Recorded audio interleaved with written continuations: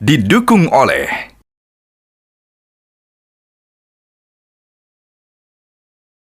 saya Perseroda dan juga Arta Graha Peduli.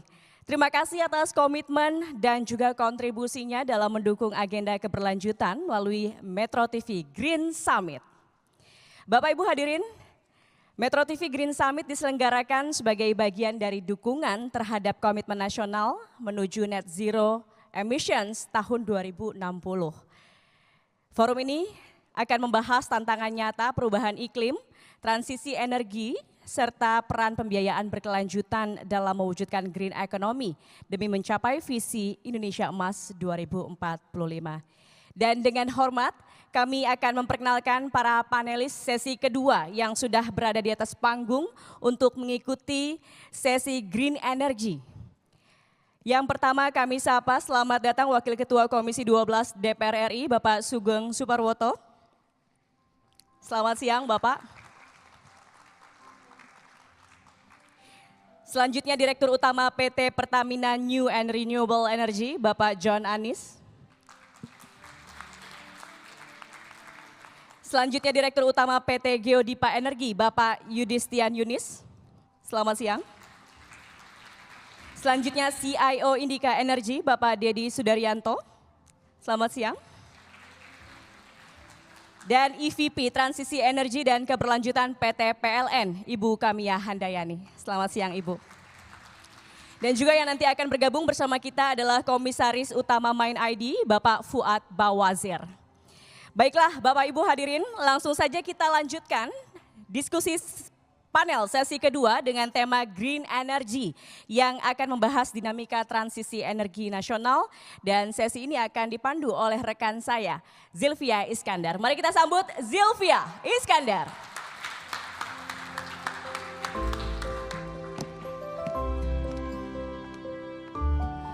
Assalamualaikum warahmatullahi wabarakatuh. Shalom, Om Swastiastu, Namo Buddhaya, salam sejahtera untuk kita semua. Selamat siang Bapak Ibu hadirin sekalian. Selamat siang, masih semangat teman-teman semua. Terima kasih masih mengikuti acara ini sampai ke sesi kedua. Bapak Ibu tadi sudah dijelaskan dan sudah kita simak dari sesi yang pertama, betapa semangat untuk kita bisa accelerating Indonesia's green transition, itu adalah yang menjadi semangat kita pada hari ini. Dan di sesi kedua ini tidak kalah penting lagi, kita akan membahas fokusnya adalah green energy. Bapak Ibu, rekan-rekan sekalian, kita tahu saat ini bagaimana transisi energi menjadi isu yang sangat-sangat penting, sering sekali dibahas dalam kancah global seiring dengan meningkatnya isu perubahan iklim kita. Pasti kita semua di sini sudah merasakan bagaimana dampak dari perubahan iklim. Dari hal terkecil saja kita hari ini datang ke sini, bagaimana kita harus menghadapi cuaca ekstrim, berbagai macam anomali sudah semakin terasa. Tapi pertanyaannya, apa yang bisa kita lakukan Bapak Ibu semua? Apa yang bisa dilakukan oleh para pemangku kepentingan, pemegang yang bisa membuat regulasi, yang menjalankan operasional, yang bisa mengubah kebijakan di negeri ini. Apa yang bisa kita lakukan? Nah itulah yang akan kita bahas pada sisi green energy ini. Mungkin Bapak Ibu rekan-rekan sekalian, yang namanya transisi energi kalau di negara-negara maju itu adalah menjadi sebuah hal yang sudah operasional, sudah mudah untuk dijalankan. Tapi untuk negara-negara berkembang masih banyak tantangan-tantangan yang harus dihadapi. Ada tantangan untuk menyiapkan infrastruktur energi bersih, energi terbarukan, kemudian juga kapasitas sumber daya manusianya perlu disiapkan. Oleh karena itu, untuk membahas lebih jauh bagaimana perkembangan transisi energi kita sejauh ini dan bagaimana kita menghadapi tantangan-tantangan yang ada serta menciptakan peluang-peluang baru, sudah ada di sini 5 narasumber yang sudah bergabung bersama kita. Boleh kita berikan tepuk tangan Bapak Ibu sekalian, rekan-rekan. Selamat siang Bapak Ibu, terima kasih sudah hadir. Dan teman-teman, kami juga mengajak teman-teman untuk mengikuti polling ya melalui Slido seperti pada sesi pertama tadi. Kita munculkan pollingnya, nanti teman-teman bisa scan QR di situ untuk menjawab pertanyaan yang sudah kita siapkan. Nah ini dia, energi baru terbarukan atau EBT, manakah yang paling potensial menjadi tulang punggung pertumbuhan ekonomi 8% Indonesia? Ada 5 opsi pilihan yang bisa teman-teman pilih di situ. Nanti kita akan lihat jawaban yang paling banyak itu apa dan nanti kita akan diskusikan bersama. Oke, terima kasih teman-teman. Dan langsung saja di sini sudah ada Pak Dedi, kemudian ada Pak Sugeng, kemudian Ibu Kamia, Pak John Anis dan juga Pak Yudis. Terima kasih atas kehadirannya Bapak Ibu sekalian. Saya akan langsung mulai dari Pak Sugeng dari Komisi 12 DPR RI ya. Kalau dari DPR melihat perkembangan transisi energi kita, Pak Sugeng dari target 17 sampai 20% ya. Energi terbarukan pada tahun 2025 sesuai dalam RUAN, Rancangan Umum Ekonomi Nasional, dan tercapainya 15,75%. Bagaimana Pak Sugeng kita bisa mengakselerasi pencapaian EBT ini? Ya, terima kasih Zilvia, dan luar biasa ini forum. Saya kira ini menjadi kepedulian kita bersama bahwa pilihan ini bukan pilihan, adalah sebuah keharusan bahwa kita harus masuk ke green energy akhirnya. Kenapa demikian? Nanti saya menjawab tingkat ketercapaian hari ini. Karena apa? Energi fosil yang hari ini masih menjadi tulang punggung kita. Baik di sektor kelistrikan maupun di transportasi itu masih mengandalkan fosil. Apa itu fosil? Yakni minyak, gas, dan batu bara. Saya katakan minyak, gas, dan batu bara sudah jadi masalah di Indonesia. Baik masalah ekonomi dan utamanya masalah lingkungan. Nah, coba kita uraikan satu persatu. Minyak misalnya, hari ini kita sudah begitu beratnya minyak kita karena lifting nasional kita, produksi minyak mentah kita sehari hanya kurang lebih 600.000 barrel saja. Sekali lagi ini dengan upaya berbagai hal, bahkan tercantum di APBN tahun 2025 yang lalu adalah juga 605.000 barrel per hari saja. Dan juga di APBN tahun 2026 ini adalah 610.000 barrel saja. Tapi konsumsi BBM, nah ini di sisi lain, sudah mencapai 1.620.000 barrel per hari. Hari ini catatan 3 hari yang lalu. Artinya apa? Terjadi defisit minyak setiap hari kurang lebih 1.020.000 barrel per hari, dan itu adalah impor. Nah ini masalah ekonomi. Di sisi lain dari masalah lingkungan, kenapa? Karena RON kita juga kategori masih RON rendah konsumsi di BBM itu. Pertalite adalah RON 90 yang konsumsinya terbesar. Kita belum sepenuhnya masuk Euro 4 atau Euro 5, dan ini menimbulkan polusi yang cukup baik kandungan sulfur maupun zat polutan yang lain di udara. Ini dari sisi minyak. Dari sisi gas, nah kita memang tanda kutip kaya LNG, liquefied natural gas atau gas alam. Tetapi kita impor LPG, liquefied petroleum gas, yang itu untuk kebutuhan kita sehari-hari. Di APBN tahun 2025 yang lalu adalah impor setahun 8,3 juta metrik ton. Nah itu betapa besarnya. Dan ini subsidi. Apa itu LPG? Ya ini yang untuk gas 3 kg, ada gas 12 kg yang biru itu yang besar, yang itu non subsidi, tapi terbesar tetap adalah subsidi. Jadi kita ekspor LNG, liquefied natural gas, kita impor LPG, liquefied petroleum gas. Dan kalau kita hitung-hitung antara impor dan ekspornya, kita defisit juga di situ. Nah artinya sudah jadi masalah ekonomi. Tadi BBM kita bahkan impor sehari 1.020.000 barrel. 1 barrel adalah 159 liter. Nah dikalikan saja. Nah ini minyak. Betul yang lain yakni batu bara. Kita memang punya cadangan batu bara cukup besar. Sekarang namanya proven reserve batu bara kita ada 38 miliar metrik ton. Produksi tahun 2025 kemarin adalah 700 juta ton per tahun. Tapi ini akan kita dikurangi dan pemerintah sepakat dikurangi di angka 600.000 ton per tahun. Sehingga kalau proven reserve-nya 38 miliar metrik ton, maka batu bara akan ada kurang lebih kalau secara konstan ya, secara linear mungkin cukup untuk 70 tahun. Tetapi, ini ada tetapinya, batu bara kita kategorinya kategori GAR rendah. Karena 85% adalah di bawah GAR 5000. Nah nanti akan ada konsekuensinya akan dijelaskan di bidang kelistrikan. Nah inilah sehingga batu bara menjadi energi primer dibakar langsung itu polutif. Ya. Nah padahal itu adalah kekayaan kita sendiri dan kita tidak impor. Maka hari ini listrik seluruhnya, ini nanti bisa dijelaskan Pak Kamia ya. Bahwa totalnya itu ada kurang lebih 100 gigawatt baik oleh IPP maupun Pertamina, PLN sendiri, PLN IP, Indonesia Power maupun Nusantara Power, itu 67%-nya PLTU batu bara. Kenapa demikian? Ya karena murah, bahkan disubsidi dengan dua kebijakan ini di kami, yakni namanya DMO atau Domestic Market Obligation, dipastikan bahwa IPP maupun PLN-nya itu dapat batu bara. Kedua namanya DPO, Domestic Price Obligation. Batu bara yang dipergunakan untuk listrik itu harganya hanya $70 untuk GAR tertinggi. Padahal yang dia konsumsi adalah GAR 4000-an paling-paling, 3800, 4200 dan sebagainya. Jadi di rata-rata GAR 4000. Maka PLN atau IPP itu independent power itu beli batu bara hanya kurang lebih $40 per ton saja. Bandingkan meskipun sekarang harga batu bara mulai naik lagi.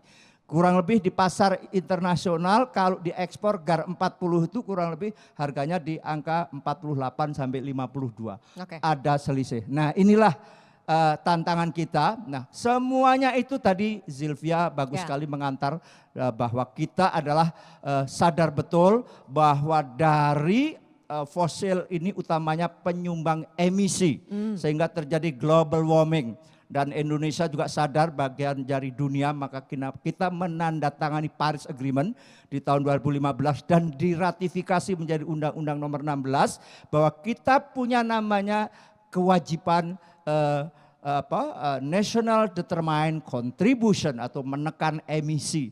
Maka dengan sejumlah aturan misalnya PLN meskipun 67%-nya batu bara kita syaratkan di pembangkitnya harus dengan ultra critical atau ultra critical di blowernya.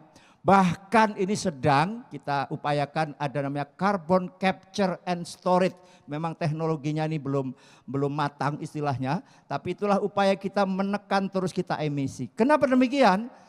Indonesia termasuk rendah konsumsi listrik per kapitanya. Jadi Sylvia, bayangkan kita ini baru 1.400 kilowatt jam per kapita saja. Itu hanya nomor 4 dari bawah di negara ASEAN, bayangkan. Kita hanya lebih baik dari Kamboja pun hampir nyusul. Kita lebih baik dari Myanmar, kita lebih baik dari Timur Timur, kita lebih baik dari Filipina sedikit memang. Tapi kita di bawah Vietnam, hampir sama dengan Kamboja dan seterusnya. Nah inilah tantangan kita bahwa kita yang mau maju membutuhkan energi, tetapi energinya harus energi bersih dan sustainable. Betul. Nah itulah tantangan kita. Ya. Maka bagus sekali ini forum, ini ada nanti akan bicara Pak John Anies dari sisi bagaimana BBM pun yang ramah lingkungan. Betul. Dengan ada bioetanol misalnya. Dan demikian juga panas bumi. Panas bumi kita cadangan luar biasa. Nomor 2 terbesar di dunia. Kita potensinya kurang lebih skala listrik 24 gigawatt. Nah sekarang baru kurang lebih 2,3 gigawatt. Maka ada dari dari panas bumi Geodipa nanti bisa menguraikan. Nah bagaimana transisi selanjutnya korporasi saya kira bagus sekali dari Indika yang ada proses dedialisasi dan itu nanti ada pengalaman empirik. Nah intinya kami di Komisi 12 di DPR mengawal dengan ketat. Masuk ke renewable atau green energy bukan pilihan tapi keharusan. Hanya saja memang skemanya harus kita tata sedemikian rupa karena menyangkut juga ujung-ujungnya adalah affordability, tingkat harga, keterjangkauan harga. Kenapa? Energi masih menjadi urat nadi ekonomi kerakyatan yang luar biasa besar. Misalnya apa? Naik listrik saja misalnya 10% itu akan akan menimbulkan inflasi yang Langsung pengaruhnya berdampak besar. pada masyarakat. Demikian juga di Baik. BBM dan seterusnya. Itulah Oke. pengantar awal. Luar Sylvie. biasa, Mas Ya. Sugeng kita berikan tepuk tangan dong. Jadi Mas Sugeng ini sudah memberikan pengantar ya, seperti harusnya ada video pengantar yang kita putar tadi, tapi Mas Sugeng ini sudah memberikan gambaran sebetulnya situasi yang kita hadapi saat ini itu seperti apa Bapak Ibu rekan-rekan sekalian. Jadi kita punya potensi tapi kita juga punya tantangan, defisit hampir setiap hari ya. Mas Sugeng, setiap BBM yang kita konsumsi ternyata itu defisit sekali karena kemampuan produksi kita dibandingkan dengan konsumsi kita itu jauh berbeda. Sudah dijelaskan permasalahannya seperti apa, kita punya potensi, tapi bagaimana memaksimalkan potensi itu. Dan sekali lagi bahwa EBT itu bukan lagi pilihan tapi sudah keniscayaan. Oleh karena itu tadi satu-satu peran dari setiap narasumber ini sudah disinggung oleh Mas Sugeng. Saya ingin langsung ke peran dari Pertamina New and Renewable Energy, Pak John Anis di sini. Pak John, jadi Pertamina sendiri itu mencanangkan Pertamina Green Energy melalui Pertamina New and Renewable Energy sejak tahun 2016 ya Pak. Kita ingin tahu bagaimana progresnya di lapangan Pak. Terima kasih Mbak Sylvie. Jadi menyambung tadi yang disampaikan oleh Pak Sugeng, jadi kita ini salah satunya adalah tentu saja untuk mensupport program pemerintah ya dalam hal ini tentu saja satu NDC tapi juga tentu saja pertumbuhan di mana pertumbuhan negara itu pasti memerlukan energi. Bentuknya apapun juga ya kita tinggal lihat apa yang bisa kita dapatkan. Nah dalam konteks ini baik dengan mendukung program pemerintah untuk NDC maupun untuk pertumbuhan, Astacita Pak Presiden didukung oleh parlemen, kami menerjemahkan lah kira-kira dari kebutuhan yang ada itu kita realisasikan. Memang kalau kita lihat potensi-potensi kita kan cukup besar ya yang ada di Indonesia itu. Geothermal misalkan tadi Pak Sugeng udah sampaikan, ini adalah salah satu pilar kita juga. Nanti Geodipa juga akan bisa membedah lebih jauh, tapi potensi kita luar biasa dan sebetulnya kalau saya sih prinsipnya sederhana. Kalau kita mau membuat negara kita swasembada energi. Swasembada energi itu kan berarti berdiri di atas kaki sendiri. Buat saya ya harus mulai dengan apa yang kita punya dulu gitu loh. Yang kita punya kan banyak, geothermal. Ya udah bisa nggak itu dimaksimalkan? Kalau kita ngomong green energy ya. Tadi kan kalau ngomong energi tok ya mungkin batu bara ya Pak Sugeng ya karena lebih murah gitu. Tapi kalau udah kita ngomong green ya yang ada apa? Geothermal. Terus apa lagi? Surya, tenaga surya. Ini salah satu dari SDM, kita lihat datanya hampir lebih dari 3.000 gigawatt potensinya. Dan kalau surya ini kan bukan kayak misalkan minyak belum dibor, ya udah simpen aja dulu gitu. Kalau surya kan lewat aja. Jadi loss of opportunity kalau nggak kita tangkap saat itu. Kita juga punya potensi wind dan lain sebagainya, termasuk juga biofuel. Nah makanya kami fokus tentu saja di geothermal ya. Jadi geothermal ini juga harusnya kan kita di ring of fire gitu ya, jangan sampai hanya dapat mudaratnya saja, tapi kita ambil manfaatnya dong gitu kan.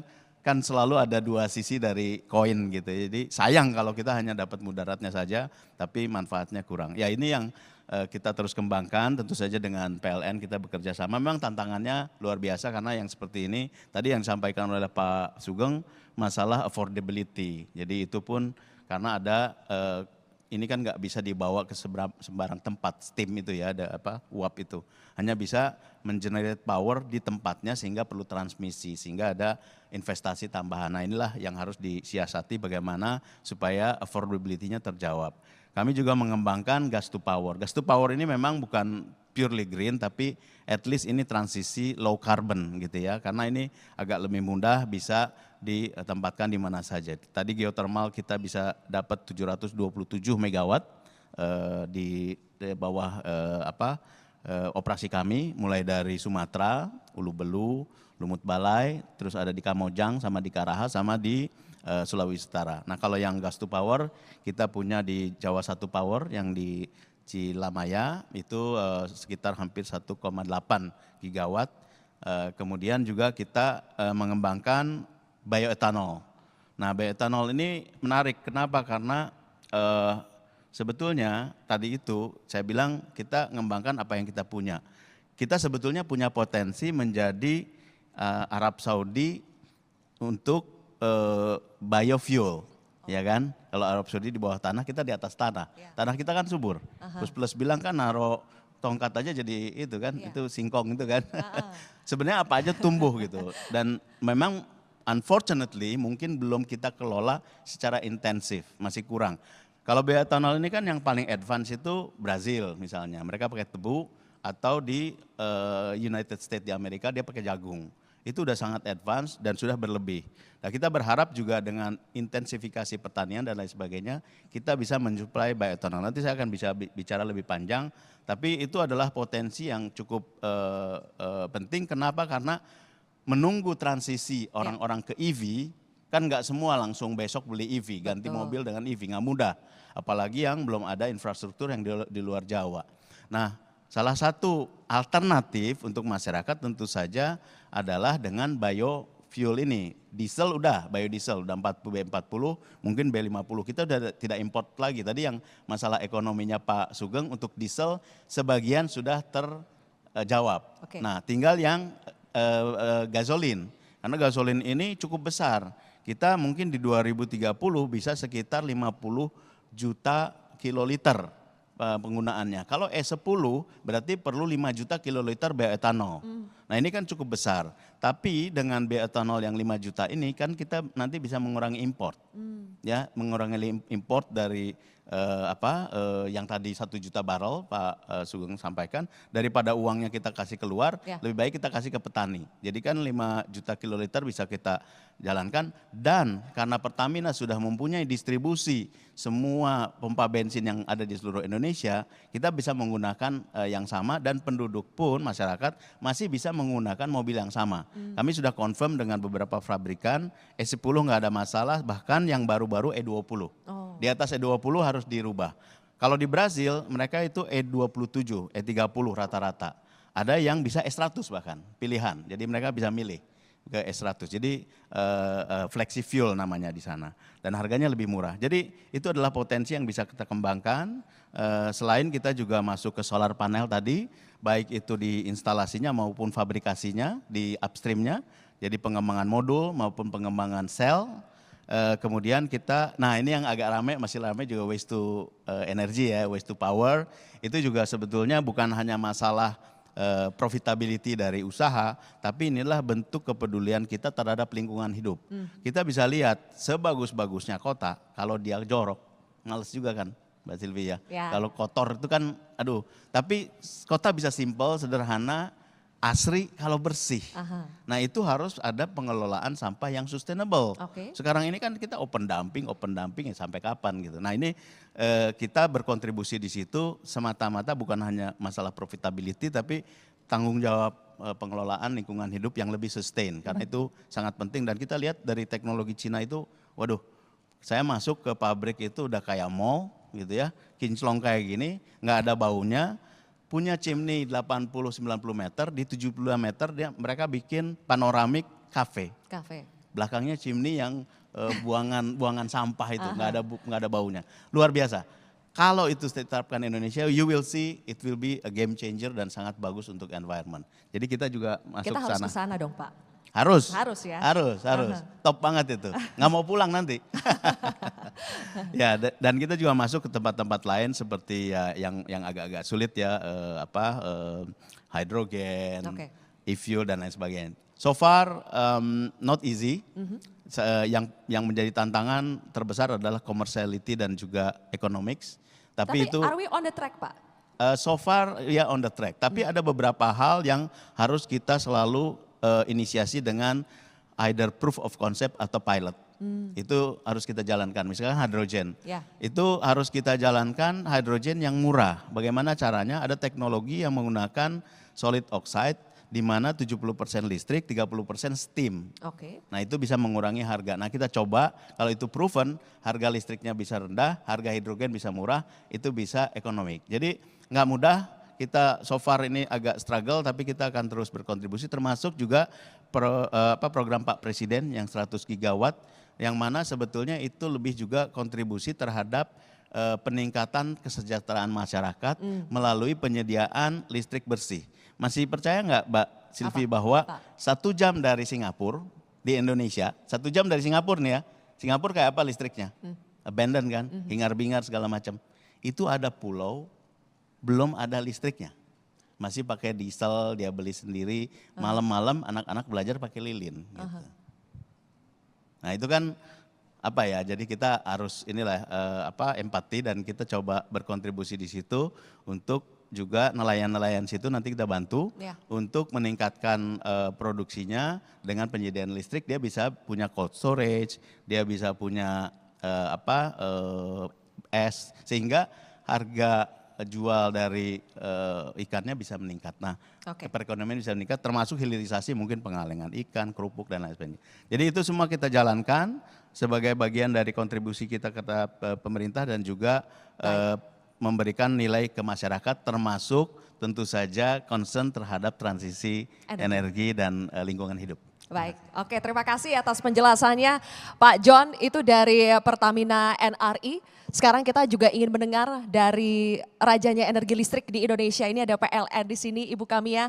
Ibu Kamia, transisi energi di PLN menuju green energy itu seperti apa sejauh ini Bu? Tantangan yang paling besar dihadapi PLN apa? Terima kasih Mbak Zilvi. Tadi sebenarnya sebagian sudah disampaikan, udah sangat merangkum ya dari Pak Sugeng kemudian juga dari Pak John. Kalau dalam konteks kelistrikan tentu kita bicaranya adalah bagaimana menyediakan listrik ke seluruh penduduk, karena itu mandat yang diberikan PLN oleh pemerintah gitu. Bagaimana Indonesia semuanya bisa terlistriki. Tadi Pak John sampaikan masih ada pulau-pulau terpencil yang belum mendapatkan listrik atau listriknya belum 24 jam. Jadi ada 12 jam nyala, 12 jam mati gitu ya. Sehingga itu menjadi PR untuk PLN untuk melistriki. Nah, tadi banyak dikatakan harus affordable gitu. Jadi kalau dalam energi itu ada trilema energi ya, ada affordability, reliability, sama sustainability, environmental and social sustainability. Jadi kalau kita bicara green energy, kita bicara di satu aspeknya, yaitu aspek sustainability-nya. Bagaimana energi ini energi yang bersih dan berkelanjutan, inklusif gitu ya. Tapi kalau misalnya bicara dari affordability, tadi dari ekonomi udah banyak disampaikan oleh Pak Sugeng dari sisi ekonominya. Listrik juga harus terjangkau oleh masyarakat Indonesia, seluruh masyarakat Indonesia. Dari sisi reliability mungkin saya ingin menambahkan, karena belum sempat disinggung. Jadi reliability ini adalah bagaimana listrik ini juga bisa diberikan secara kontinu. Jadi kan tidak ada pemadaman, kemudian andal gitu ya. Ketika misalnya ada gangguan bisa cepat, bisa di-tackle, ada berbagai lapisan safety yang bisa menyebabkan biarpun terjadi sesuatu di sini tetap nyala gitu. Nah itu aspek reliability. Nah itu bagaimana membalance antara ketiga aspek itu yang menjadi tantangan utama gitu ya. Karena tadi listrik harus tetap murah, tetapi investasi di renewable energy, upfront cost-nya itu mahal. Tapi ketika dia sudah beroperasi sebenarnya dia tidak akan memerlukan biaya bahan bakar. Kalau batu bara tadi ketika beroperasi dia terus akan membutuhkan biaya untuk pembelian batu bara. Makanya sebenarnya kalau PLN itu majority dari cost-nya, 90% cost-nya itu untuk fuel sebenarnya, karena tadi 67% bauran energinya kan dari batu bara, kemudian ada gas, sehingga dalam pengoperasian itu paling banyak biaya digunakan untuk membeli bahan bakar. Kemudian tantangan berikutnya tadi juga sudah disampaikan oleh Pak John terkait dengan transmisi ya, karena kan kalau EBT itu terutama yang base load, yang skala-skala besar, yang bisa menghasilkan energi yang comparable dengan thermal power plant seperti coal atau gas, itu adalah geothermal dan hydro. Tetapi lokasinya mereka itu adanya ya tergantung resourcesnya kan, jadi tidak necessarily dekat dengan pusat demand gitu. Demand kita ini adanya di Jawa terkonsentrasi, jadi 75% demand nasional untuk listrik itu adanya di Jawa dan Bali.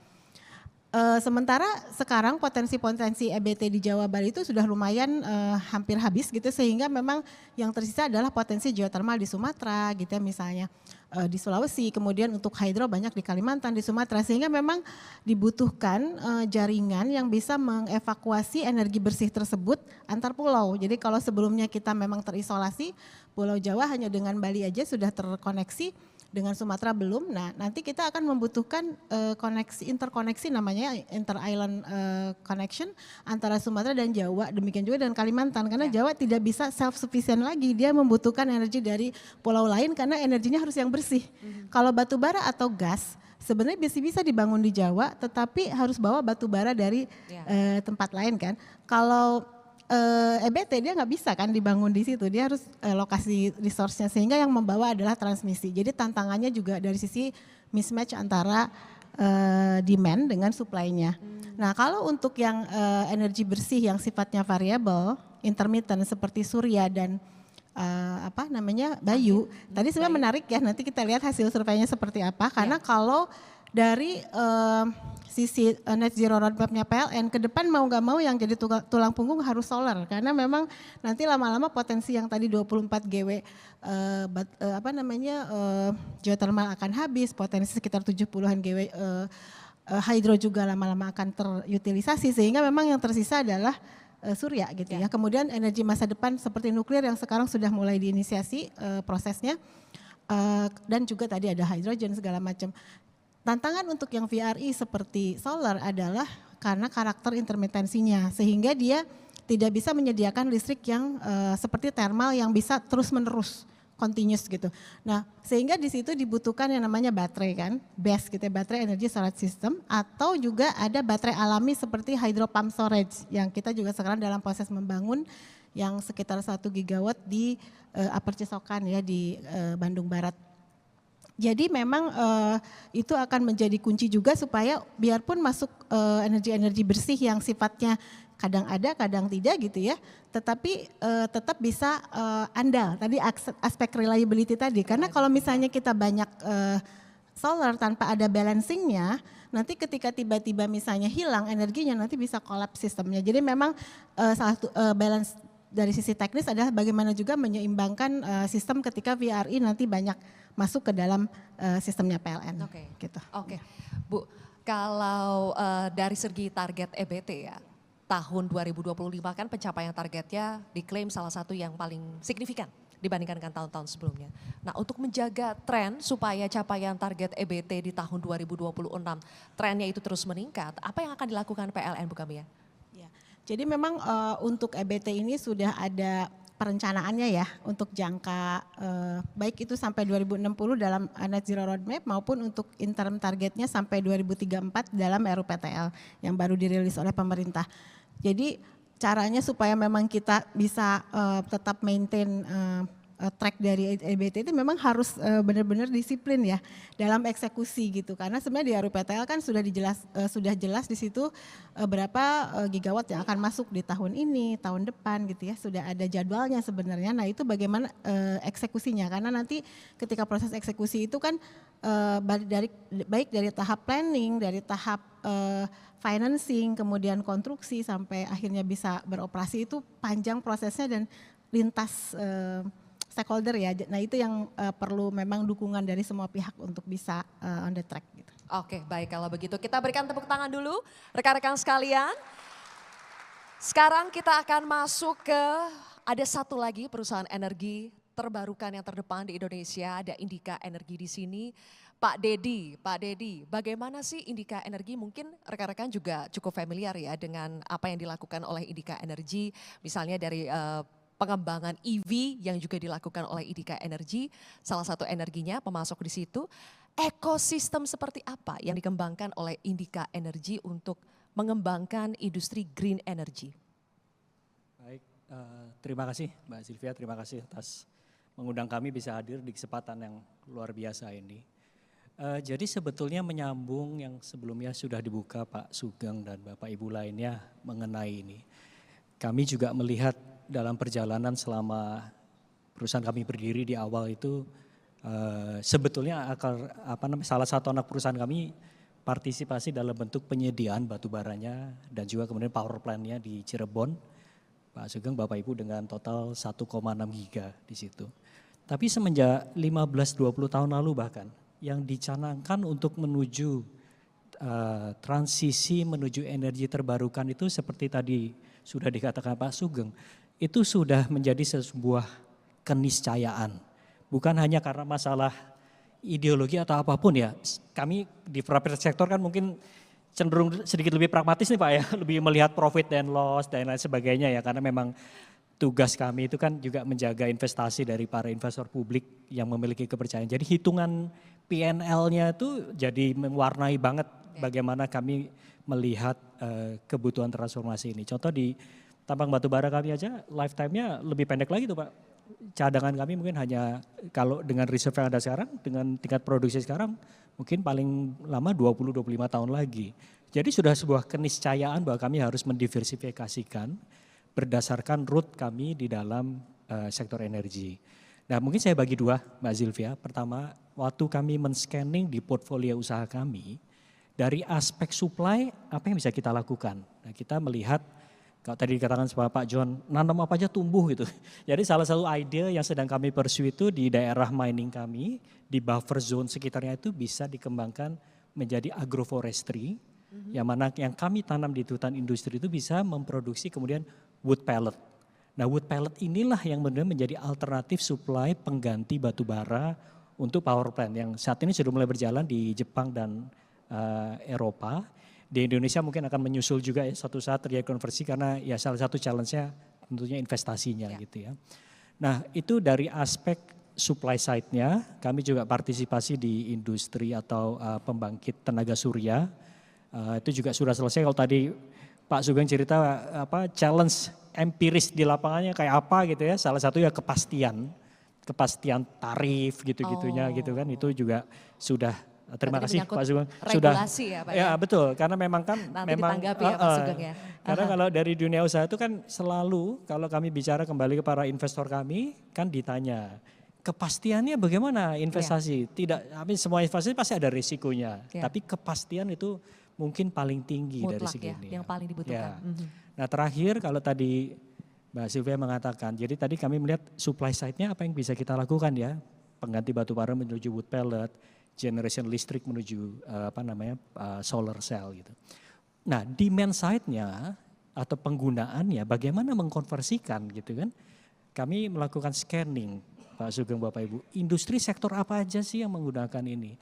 Akhirnya muncullah electric vehicle, transportasi. Nah kami masuk di situ mulai dari penggunaan internal contohnya.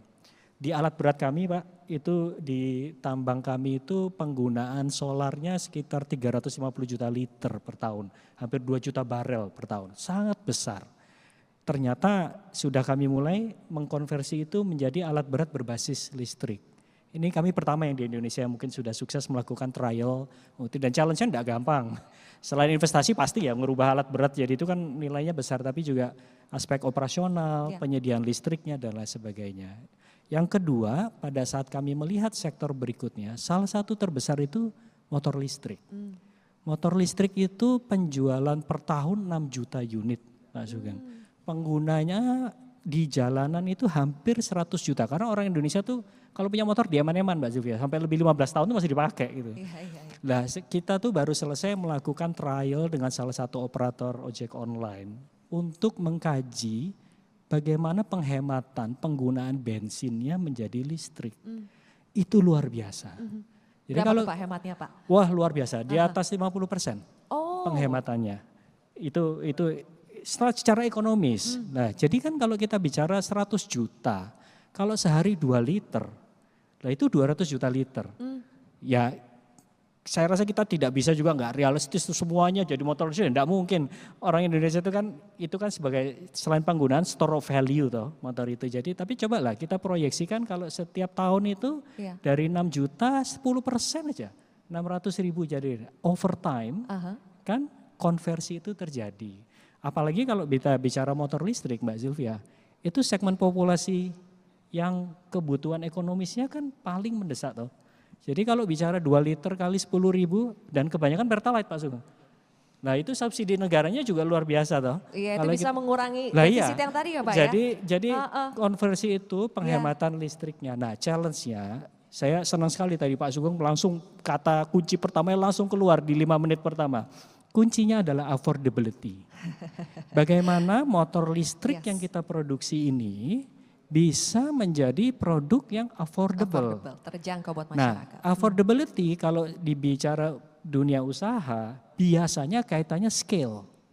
Nah itu, bagaimana kita bisa secara kreatif, inovatif mencari cara-cara demand side-nya itu menjadi scalable, sehingga investasi dari para investor kami, misalkan untuk pabrik kami sudah berdiri gitu ya, tapi menuju level ekonomis tertentu itu pasti butuh skill produksi yang memadai. Kalau hanya misalkan 1.000 unit per bulan, dia tidak mungkin, Iya. pasti mahal.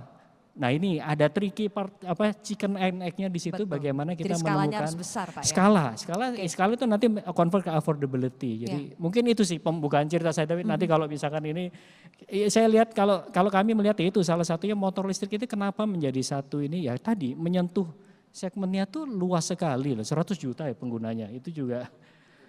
Nah, Pertalite BBM lagi, itu berapa pasti kan itu? Pertalite toh Pak ininya Iya, gitu kan. Saya menambahkan ya, Iya. konsumsi BBM itu 60%, ingat ya, 60% lebih motor, bukan roda 4. Jadi betapa signifikannya apa yang tadi disampaikan, kalau kita bisa mampu mengatasi motor ini, jadi motor listrik, dan ini sebetulnya sudah kita ada insentifnya. Ya. Kita satu motor itu insentifnya kurang lebih 6 juta.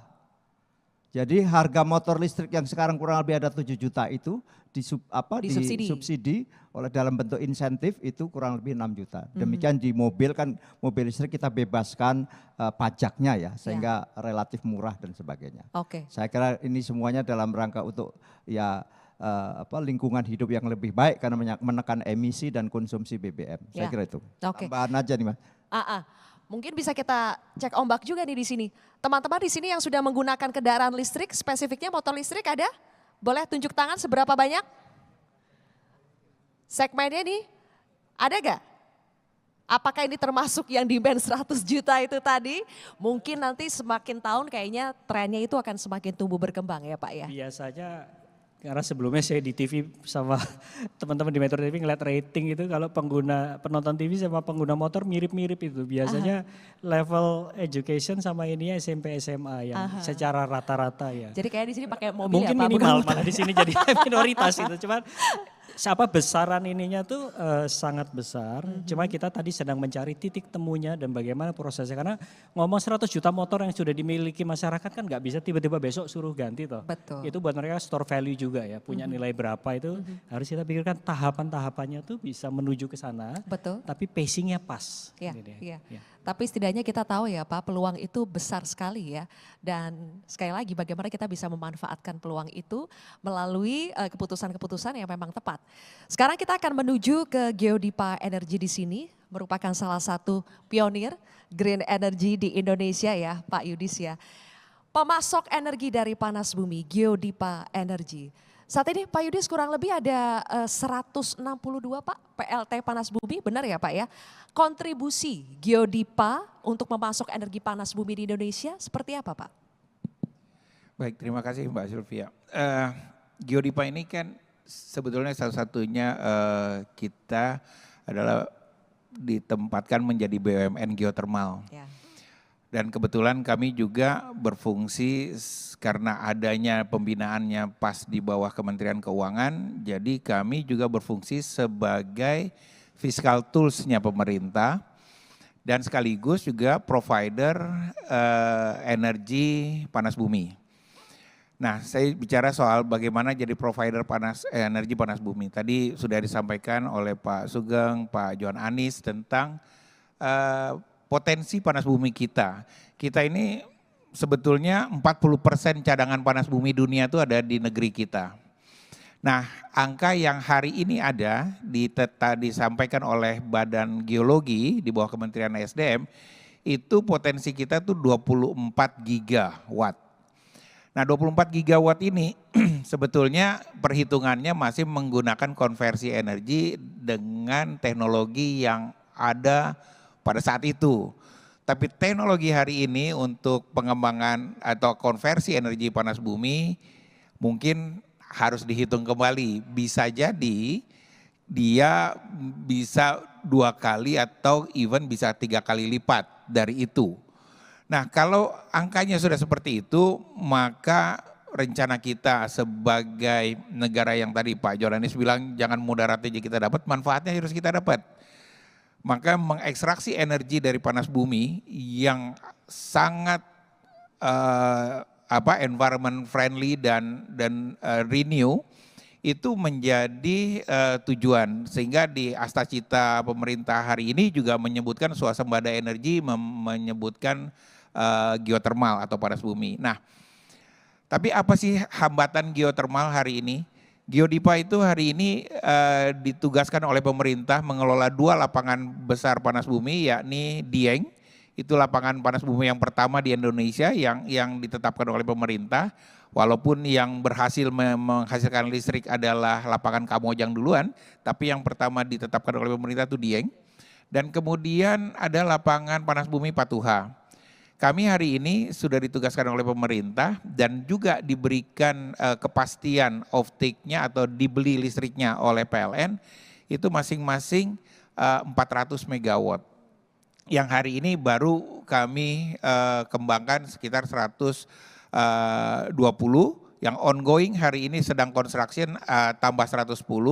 Jadi insya Allah mudah-mudahan tahun depan atau akhir tahun ini kami akan menambah lagi 110 lagi, sekitar akhirnya di 2026 akhir atau 2027 kita bisa di 230 megawatt. Nah, itu dari 1 giga yang akan kami lakukan dalam 5-10 tahun ke depan.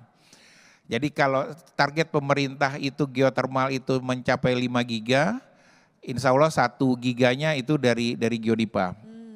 Nah, hambatan yang ada hari ini adalah biasa geotermal itu adanya di daerah-daerah hutan, pegunungan dan lain sebagainya. Cuman di Dieng aja kita di tengah-tengah tempat wisata dan hari ini kami dengan Pemkab Banjarnegara dan Pemkab Wonosobo bisa mengembangkan panas bumi bersama-sama dengan bisa berdampingan dengan masyarakat sekitar, di mana masyarakat sekitar juga ikut mendukung.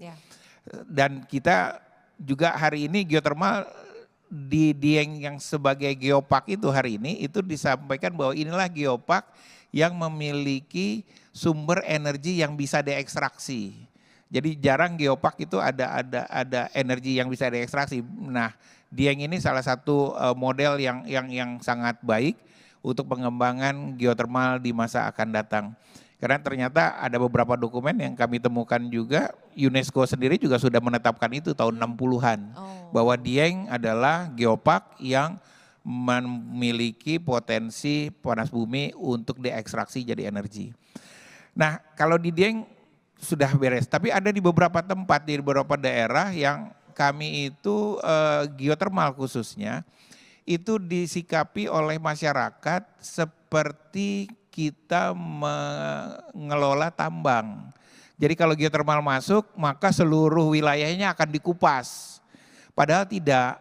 Kalau kita ingin membangkitkan atau mengambil energi geotermal, yang kita perlukan hanya lahan-lahan kecil dikit, 2 hektar, 3 hektar sampai 5 hektar di tempat-tempat tersebar. Dan akhirnya tidak seluruhnya, walaupun area konsesinya itu bisa puluhan atau sampai ratusan kilometer persegi. Nah, tapi yang kami pentingkan adalah menjaga sustainability sistem geotermal, karena kita sebutkan dia adalah renewable energy, adalah environment atau lingkungannya juga menjadi syarat sendiri tuh. Dia nggak bisa kalau lingkungannya rusak, sama seperti renewable itu rupanya seperti itu. Kalau lingkungannya rusak, maka aspek renewable-nya itu akan hilang lambat laun. Nah, geotermal kesulitannya di situ, kita punya harus lebih memberikan gambaran dan pandangan yang lebih clear, yang lebih komprehensif bagaimana pengembangan panas bumi. Dan tidak berhenti di situ, selain lingkungan dan areal yang jauh, masalah risiko juga tinggi di panas bumi. Kami kalau ingin melakukan eksplorasi itu biayanya cukup mahal, antara 5 sampai 8 juta US dollar satu sumur. Kita kalau ngebor sumur air di rumah aja nggak dapat, kita pusing. Ini kalau ngebor panas bumi yang harga 5 sampai 8 juta nggak dapat, kan garuk-garuk kepala ya. Nah, untuk itu resiko panas bumi yang sebetulnya, nah pemerintah sudah siapkan ya pendanaan infrastruktur untuk pengembangan panas bumi atau PSP di mana kami sebagai fiscal tools pemerintah juga menjalankan itu. Jadi pemerintah itu memberikan pendanaan untuk eksplorasi yang di mana pemerintah ikut menanggung resikonya. Oh. Nah, PMK-nya Peraturan Menteri Keuangannya mengatakan kalau ada yang mau menggunakan dana itu, maka pemerintah akan sharing sampai dengan 50% resiko. Nah, ini menarik dan ini harusnya menjadi salah satu aspek untuk mengakselerasi panas bumi. Betul. Yang punya kesulitan terhadap itu. Nah, yang lain hari ini Geodipa juga mengembangkan panas bumi tidak melulu hanya untuk listrik. Kami kalau listrik dalam aturan kita hari ini ya listrik jadi PSO kan Mbak, jadi Public Service Obligation sehingga tarifnya tadi sehingga isunya affordability jadi utama. Nah, kita mencoba mencari sumber yang lain yang sifatnya komoditas. Ya. Dan hari ini kami mencoba menggali beberapa potensi-potensi, yakni pemanfaatan mineral, pemanfaatan air panas yang bisa kita lakukan untuk pengeringan dan lain sebagainya. Yang beberapa pemain panas bumi juga sudah mulai melakukan itu.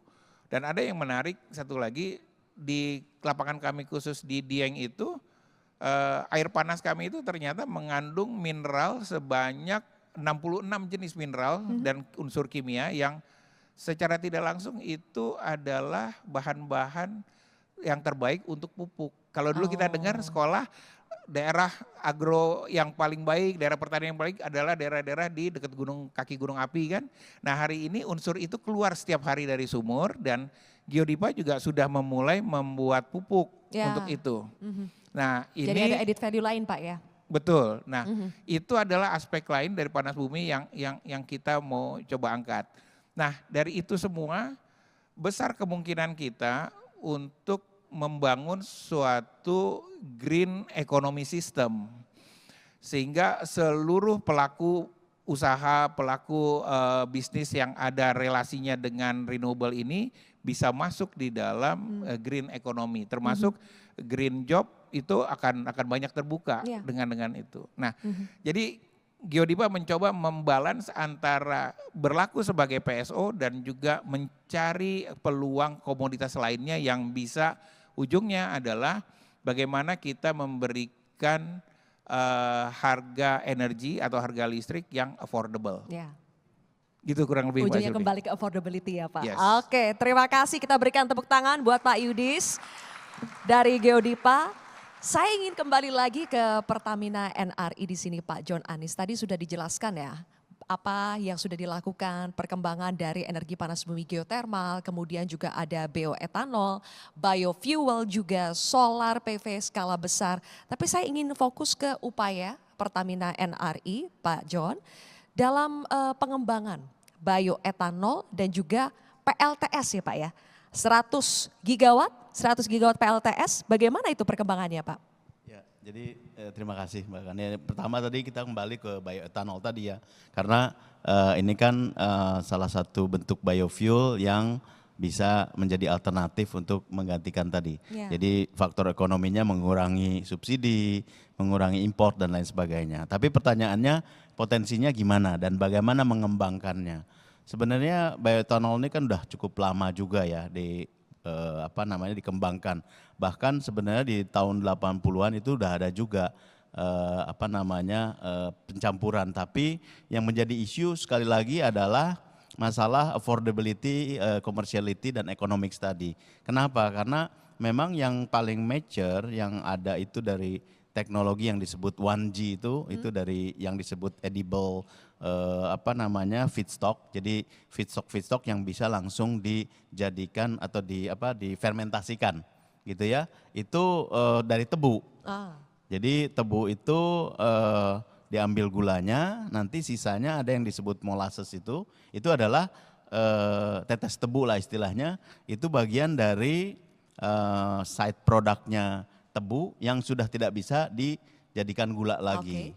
Tapi harga ini fluktuatif, apalagi waktu itu dan ya mungkin sekarang juga masih sama, marketnya ada market ekspor sehingga harganya mahal.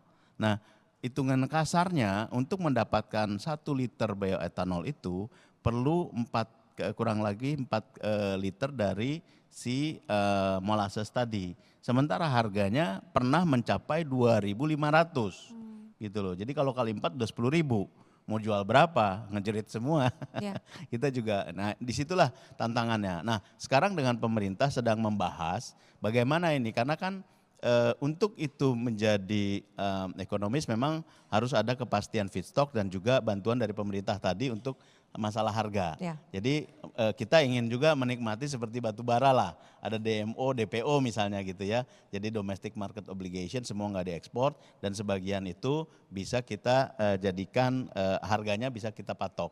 Memang ini harus ada mungkin ceiling price dan juga floor price. Ceiling price itu melindungi kami pada saat nanti menjual ke customer.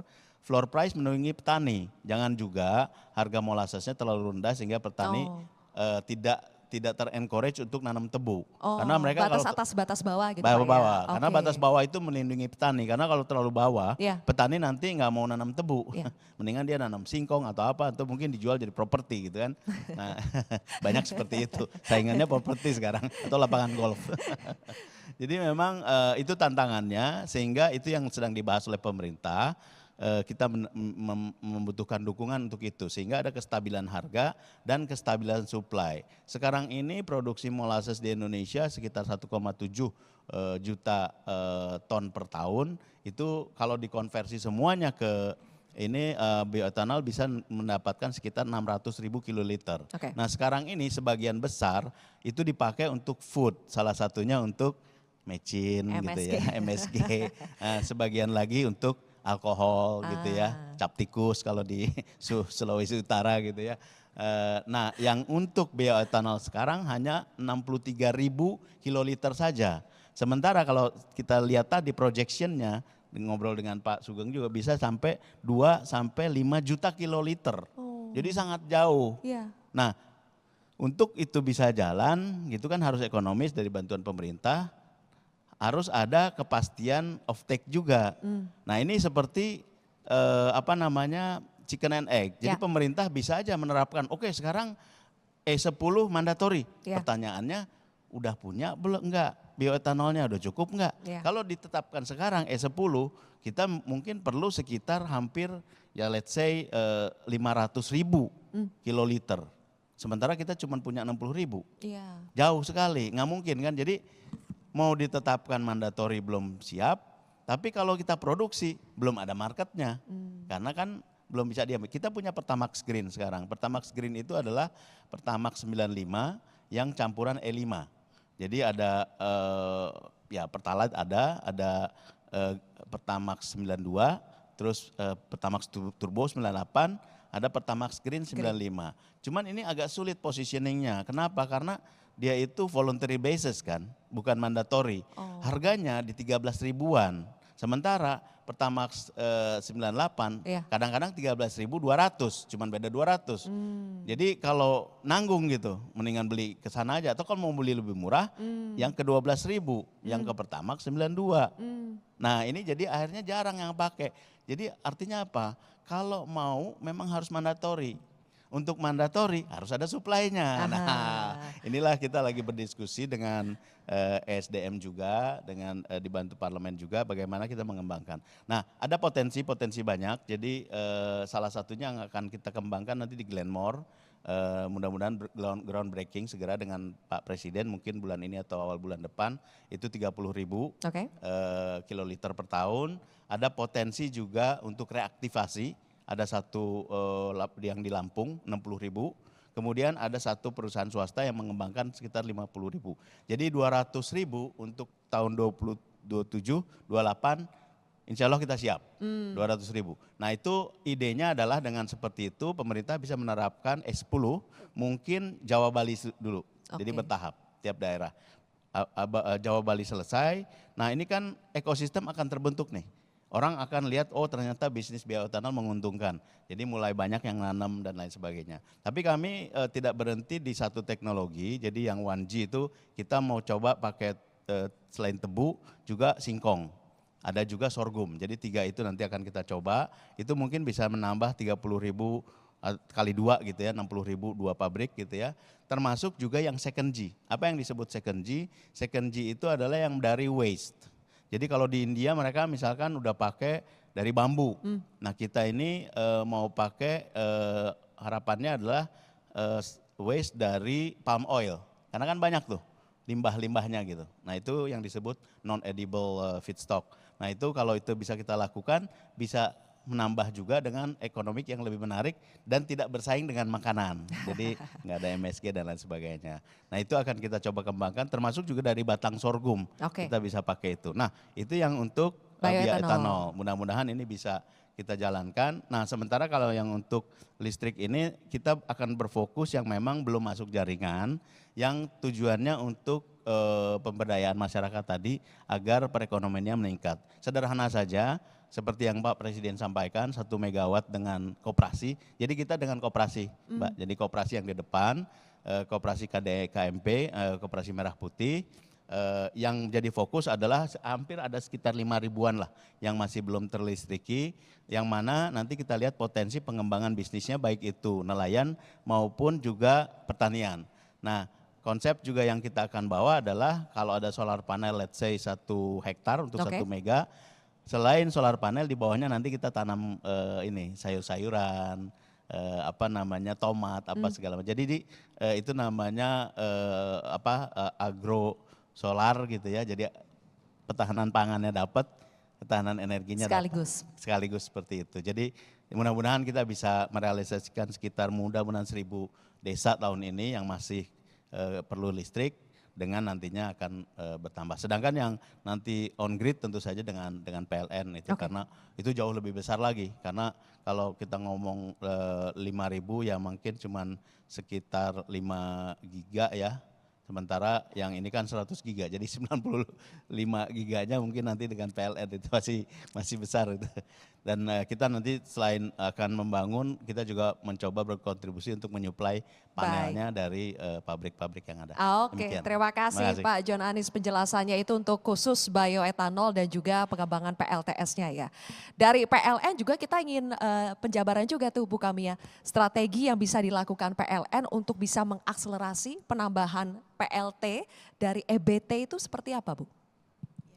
Ya, kalau di dalam rencana usaha penyediaan tenaga listrik kan memang sudah ada sekitar 42,5 gigawatt tadi seperti ditayangkan juga oleh Pak Yudis ya. Kemudian tapi di luar itu juga ada storage atau energy storage, penyimpanan energi 10 gigawatt karena memang akan masuk banyak variabel renewable energy seperti PLTS, PLTB yang akan membutuhkan penyimpanan energi karena kan mereka tidak bisa menyediakan secara kontinu. Namun selain itu juga PLN mengeksplor teknologi-teknologi baru yang di Indonesia saat ini belum ada seperti pembangkit listrik tenaga nuklir gitu PLTN.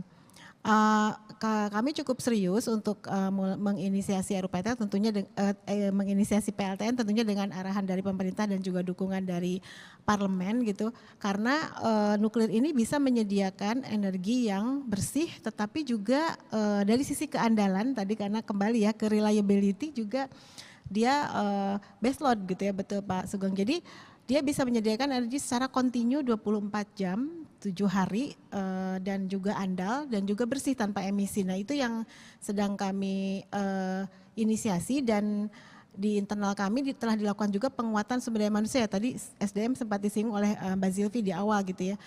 Bagaimana kita bisa menjalankan amanat untuk mulai melakukan teknologi nuklir ini secara baik gitu.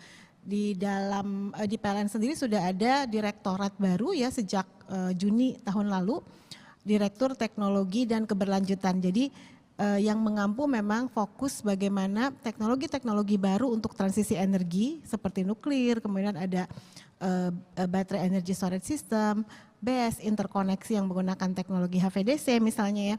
Itu bisa dikawal dengan disiplin gitu ya.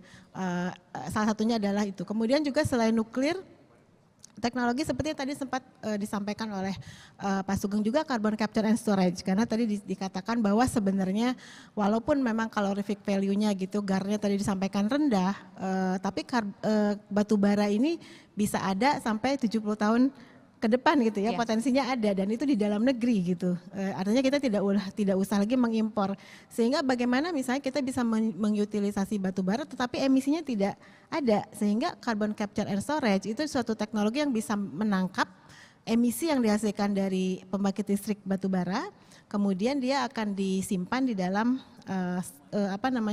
lapisan bumi yang memang bisa menyimpan batu bara, menyimpan CO2 sehingga CO2-nya itu tidak lari ke atmosfer gitu. Nah itu walaupun saat ini secara economic viability-nya memang belum, tetapi kalau secara teknisnya di PLN sudah dilakukan studi lebih dari 7 lokasi pembangkit gitu ya, dari sisi capture penangkapannya gitu. Penangkapannya sudah bisa Bu? Sudah secara teknis bisa. Oke. Tetapi memang secara ekonomi masih sangat mahal. Jadi belum bisa dilakukan saat ini. Tetapi PLN mulai mengakses pembangkit-pembangkit yang CCS ready. Jadi dari sekian PLTU yang dimiliki PLN, kemudian juga dan IPP juga, kemudian juga PLT pembangkit listrik berbasis gas itu juga kan dapat juga dilakukan CCS. Itu diakses bagaimana readiness-nya untuk bisa ke depan melakukan CCS jika economic viability-nya sudah masuk.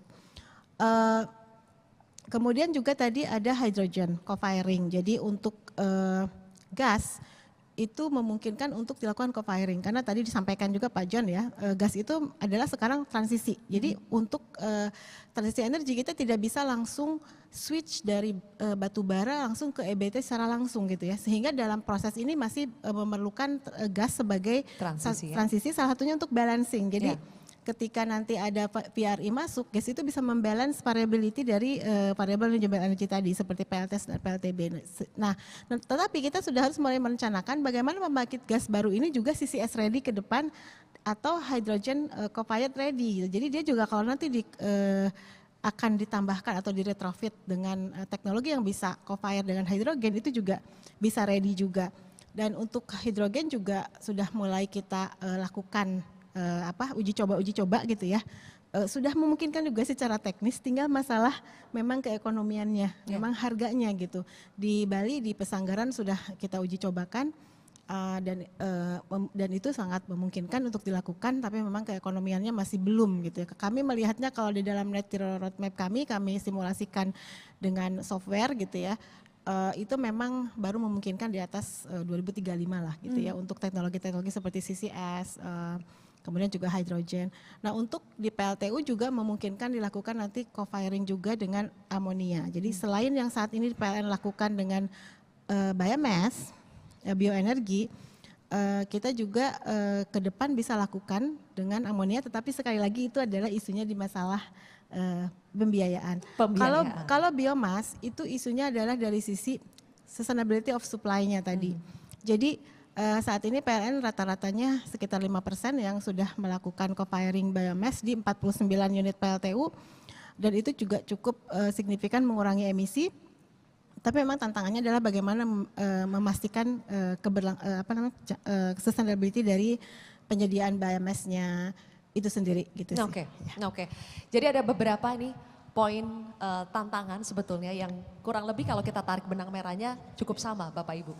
Ada persoalan kepastian, kemudian juga ada persoalan pembiayaan. Nanti pembiayaan akan kita bahas lebih lanjut ya di sesi ketiga, ada green financing. Tapi yang ingin kita dengar jawabannya dari Pak Sugeng nih Pak, selaku regulator di sini, bagaimana menjawab soal tadi, ada kepastian dari sisi yang dibutuhkan oleh investor, oleh pengusaha.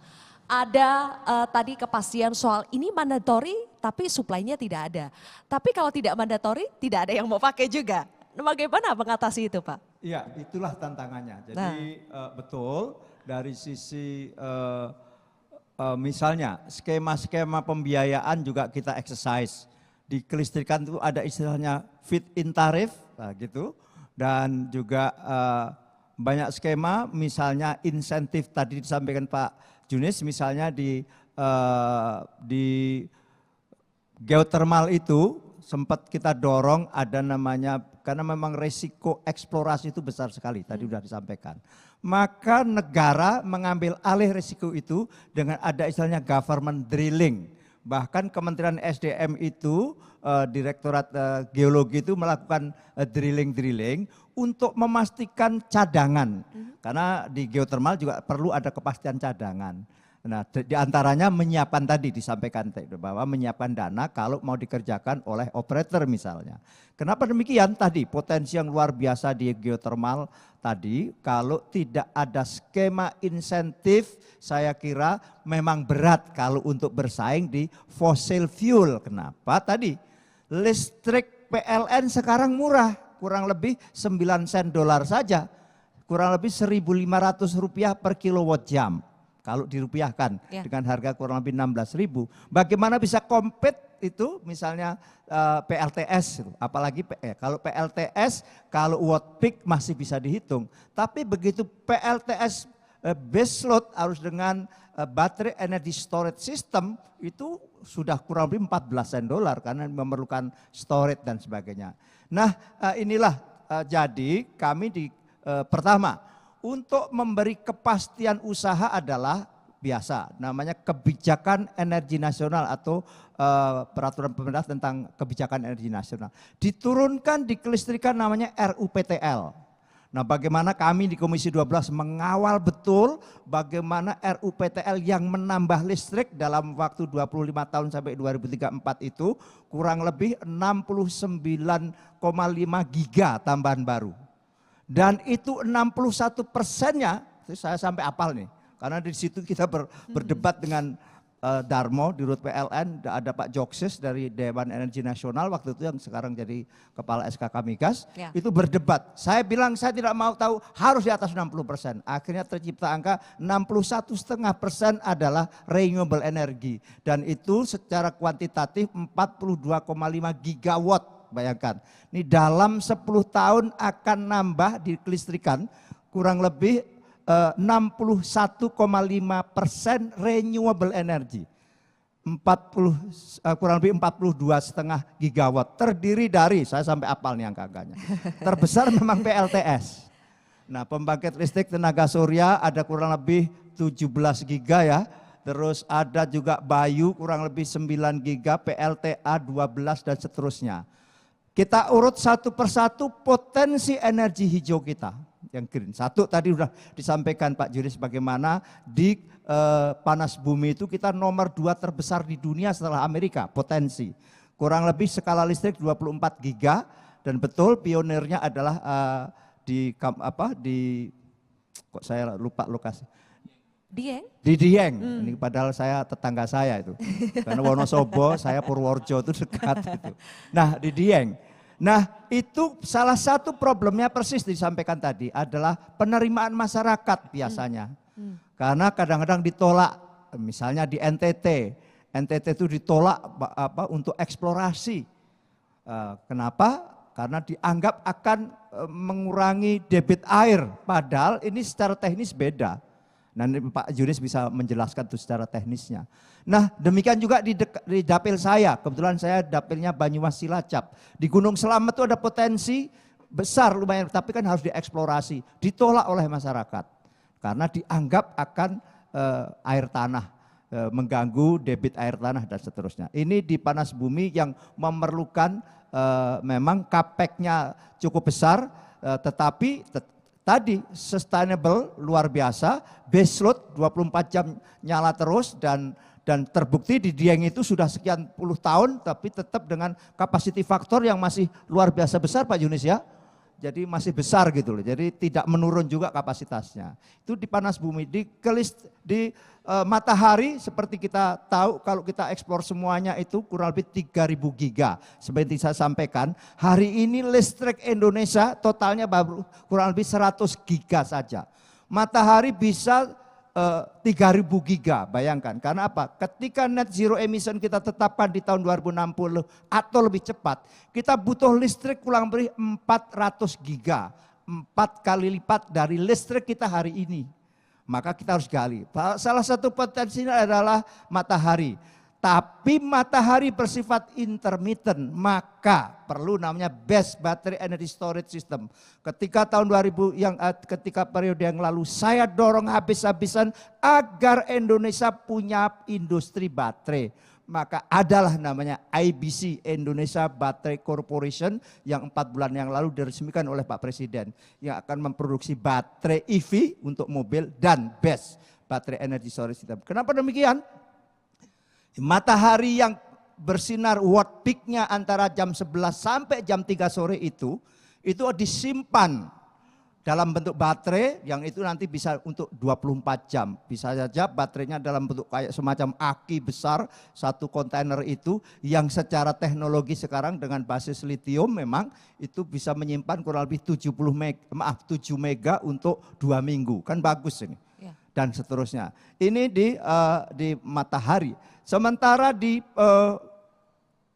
angin, tenaga angin juga terus kita lakukan upaya agar khususnya di daerah tertentu di Sulawesi dan di Sukabumi misalnya di situ adalah lorong angin untuk kita dorong dengan insentif tertentu. Jadi misalnya apa? Infrastrukturnya yang karena untuk melewati untuk mengangkut equipment kan harus dibangun jalan, harus dibangun jembatan karena itu menyangkut kipas yang besar sekali dan itu alat berat, dan itu harus pemerintah yang membangun. Jadi tidak semua ditanggung jawabnya operator, sehingga capeknya kan tinggi sekali kalau itu yang terjadi. Nah itulah tadi misalnya di kendaraan mobil listrik betul, memang sekarang tapi ternyata berhenti yaitu insentif itu. Ketika tahun 2022 sampai 2025 yang lalu ada insentif Mbak Silvi, setiap motor listrik itu disupport 6 jutaan.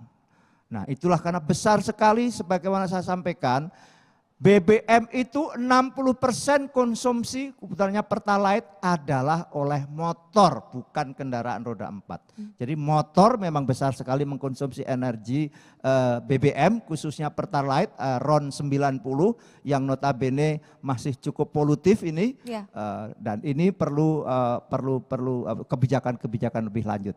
Saya kira itu sekali lagi potensi renewable energy di Indonesia luar biasa besar, tetapi memerlukan skema-skema yang banyak sekali sehingga bisa menciptakan kepastian hukum, kepastian usaha sekaligus memberi jaminan usaha karena memang nggak bisa tidak. Nah kepastian hukum salah satunya akan segera keluar, namanya Undang-Undang Energi Baru, Energi Terbarukan. Hanya satu pasal saja yang kita berdebat dengan PLN, yakni tentang apa disebut dengan power wheeling lah. Mungkin itu kalau ini kebetulan mahasiswa-mahasiswa sebagai audiens luar biasa, tapi sudah ketemu titik temunya, yakni adalah sewa jaringan. Nah itulah yang terus kita diskusikan, karena kalau tidak, ya berat kalau tidak ada skema tertentu di mana renewable energy harus ada insentif yang adil. Karena fossil fuel atau listrik dari fosil disubsidi tadi itu DMO dan DPO tadi. Nah, saya kira itu kok jadi saya mendominasi pembicaraan ini, nggak boleh. Nggak apa-apa, kita memang sudah menuju closing statement ya, jadi sudah semi closing statement tadi. Tapi rekan-rekan semua di sini, kita masih punya tadi ada polling ya yang ingin kita perlihatkan juga nanti hasilnya seperti apa. Tapi sebelum itu kembali lagi ke Pak Dedi. Pak Dedi tadi sudah come up dengan contoh yang real ya, penggunaan energi baru terbarukan salah satunya dalam wujud EV, electric vehicle, yang sekarang yang lebih mendominasi itu adalah motor listrik. Contoh-contoh apa lagi yang dilakukan oleh IDIKA Energy saat ini Pak Dedi untuk bisa mendukung target pemerintah Indonesia menuju NZI? Contoh-contoh di lapangannya seperti apa Pak Dedi? Ya, terima kasih Mbak Sylvia. Mungkin yang kami sudah turut berpartisipasi dalam bentuk public private partnership, salah satunya proyek dedisilisasi yang mana itu sebetulnya menjawab kebutuhan saudara-saudara kita yang ada di remote areas. Bahkan di beberapa masih masuk kategori 3T gitu. Karena kalau bisa kita bayangkan, kebetulan saya baru balik dari Sumba gitu ya. Nah ini Indonesia Timur kan banyak sekali pulau-pulaunya. Untuk dibuat sebuah sistem power plant kan membutuhkan kapasitas yang besar. Padahal masyarakatnya mungkin tidak sebanyak di pulau-pulau besar yang lain gitu ya. Jadi challenge saya itu bagaimana mengganti yang saat ini mereka masih mengandalkan pembangkit menggunakan solar diesel ya.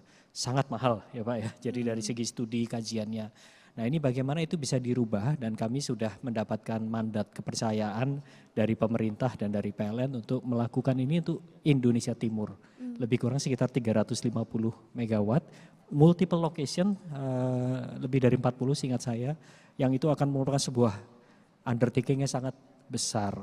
Nah tadi hambatan di awal yang empiris disebut Pak Sugeng di awal itu ya tadi menemukan titik tengah antara bagaimana nilai keekonomisannya itu bisa menjadi ini. Karena memang tidak bisa dibandingkan dengan batu bara tentunya ya, batu bara kan murah sekali gitu ya, tapi ini begitu solar. Nah itu akhirnya kita ketemu titik tengah.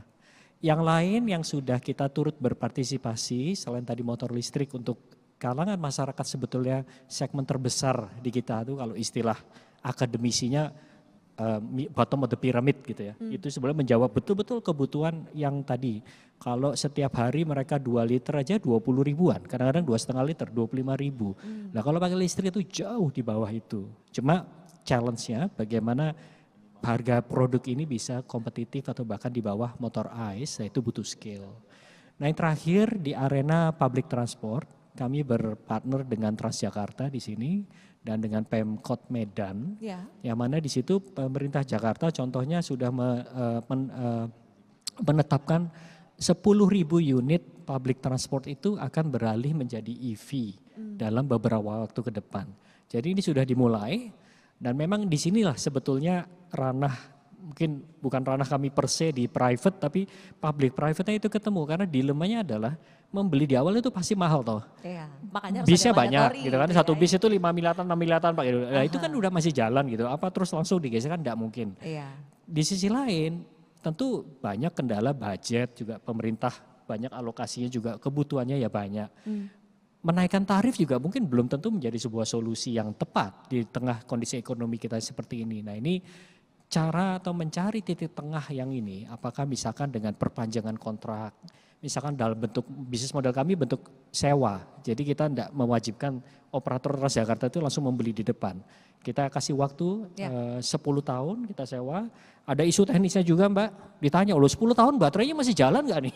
Lah kita balik ke pabrikannya, kita minta jaminannya. Lucu juga tuh ceritanya Pak, jaminan awalnya 8 tahun. Loh kita bilang 2 tahun lagi tambahan masa enggak bisa? Apa perlu bayar lebih kayak Apple beli extended warranty gitu. Ujung-ujungnya dikasih juga. Lah jadi dari pertama sebetulnya secara teknis ternyata sanggup. Bisa, 10 tahun tapi namanya orang dagang. Ada tapinya, di kami diberikan tapi minimal you harus beli segini ya volumenya gitu. Jadi komersil Pak dikit-dikit tapi ya alhamdulillah lah. Jadi ketemu titik tengah kami bilang oke, kalau 10 tahun hitung-hitungannya tanpa harus menaikkan tarif insya Allah masuk. Kayak gitu-gitu Mbak nyari titik temu secara inovatif gitu ya, kebutuhan aspek teknologi, kebutuhan komersil, hitung-hitungan dan financing itu menjadi ketemu. Jadi dalam masa transisi energi ini memang harus banyak mencari titik tengah ya? Saya tambahkan sedikit ini. Iya Pak Sugeng. Sesuatu yang menurut saya ini penting sekali. Jadi persoalan yang juga besar di hadapan kita adalah tentang sampah. Sampah Indonesia itu memproduksi 60 juta ton sampah per tahun. Dan itu yang terkelola hanya kurang lebih 60% saja. Dan itu berupa, tadi juga disampaikan Pak John Anies, open dumping.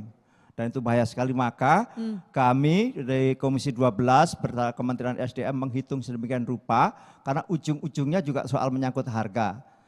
Sehingga sudah ketemu titik temunya yakni per kilowatt jam itu waste to energy. Sampah untuk energi yakni harganya 20 sen dolar termasuk di dalamnya include adalah namanya tipping fee istilahnya.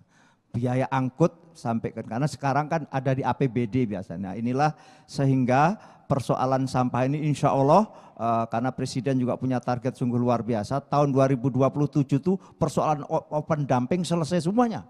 Tahun 2029 harus selesai persoalan sampah di Indonesia. Mau tidak mau harus, mohon maaf, ya setidaknya menjadi energi.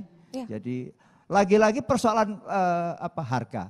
Karena undang-undang menyatakan memang PLN lah monopoli listrik di Indonesia. The single buyer sekali single seller. Jadi listrik dijual dulu ke PLN, baru PLN menjual kepada masyarakat, baik itu industri maupun rumah tangga dengan berbagai skema, ada R1, R2 dengan harga, ada subsidi dan sebagainya. Tetapi inilah yang harus dilalui sehingga, nah ini kadang-kadang juga agak nggak match.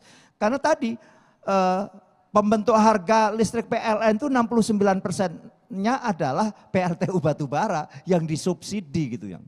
Jadi inilah yang kadang-kadang kita harus menemukan titik temu. Nah, untuk presiden dengan penasihat-penasihat presiden di bidang energi juga memahami ini, sehingga kita harus cari jalan keluar bagaimana problem-problem ini harus bisa diatasi, khususnya masalah sampah ini. Dan sekarang, nah saya kira ini sekaligus forum bagus, imbuan kepada Danantara misalnya, investasi di feedstock misalnya. Tanaman industri misalnya, kayak misalnya Bung Anies itu, John Anies, bagaimana bioetanol, bagaimana memastikan feedstocknya itu ada. Satu dengan DMO, tapi DMO barangnya dalam negeri juga enggak mencukupi kalau nanti ada mandatori sekian persen. Maka harus diciptakan namanya tanaman, sama di co-firingnya PLN. Targetnya 5% itu kadang-kadang namanya terjadi trade off terhadap terjadi deforestasi. Karena itu yang paling mudah. Maka harus ada tanaman energi yang itu mungkin BUMN secara khusus itu. Bahkan kita menganjurkan kalau nanti ada apalagi ada B40, ada B50, jangan-jangan Pertamina harus punya kebun kelapa sawit gitu. Karena ini komoditas yang rentan juga dengan harga dunia kan gitu. Bahasa kasarnya demikian. Ini bagaimana feedstock kalau sudah diputuskan menjadi kebijakan menjadi sangat penting sehingga tidak terombang-ambing oleh jumlah barangnya dan harga barangnya karena sama-sama komoditas. Hari ini misalnya Silvi, karena harga crude di sekitar agak cukup murah nih, meskipun ditetapkan di APBN, di ICP-nya $70, sekarang rata-rata di WTI itu $59 malah, di Brent 63 saja, tetap di bawah, malah jangan-jangan ada yang ledek. Karena apa? Ini harga CPO akan segera naik, apalagi kalau kita sudah memenangkan pertarungan di WTO, karena kita kan kemarin di ban ya, kita jauh akan lebih mahal. Jadi lebih baik B0 secara ekonomi, tapi kan kita tidak bicara semata-mata ekonomi karena ada aspek emisi. Jadi disampaikan Pak John Anies, disampaikan Pak Junis tadi dan juga dari kita semuanya, kita sepakat betul, katakanlah sekarang ini dalam keadaan sekarang masa transisi, apapun sumber dayanya yang penting emisinya ditekan habis. Dalam keadaan sekarang sih, tetapi sekali lagi, masuk renewable energy bukan pilihan tetapi adalah keharusan. Memang transisinya itu memang di gas kalau kita hitung-hitung. Sehingga kalau ada orang bisa migas, sekarang dunia ini nanti dibalik gasmi. Karena betul potensi gas kita sekarang yang terupstream kurang lebih 4 feet yang bisa di upstream kembali, misalnya kayak Andaman, kayak juga di Masela dan sebagainya. Jadi gas, tapi gas memerlukan infrastruktur berupa baik transmisi pipa besar maupun jar gas sampai kepada user baik industri maupun rumah tangga. Itulah tantangannya di gas. Saya kira itu. Terima kasih. Baik, terima kasih Pak Sugeng. Rekan-rekan sekalian, kita sekarang langsung akan memperlihatkan hasil polling tadi yang melibatkan partisipasi rekan-rekan semua, audiens yang ada di sini. Boleh dimunculkan kembali. Tadi pertanyaan yang kita berikan untuk dijawab, tadi ada 5 pilihan ya. Kita akan lihat dari hasil polling. Bagaimana hasilnya? Tadi pertanyaannya adalah, boleh ditampilkan lagi? Ya, energi baru terbarukan EBT manakah yang paling potensial menjadi tulang punggung pertumbuhan ekonomi 8% Indonesia?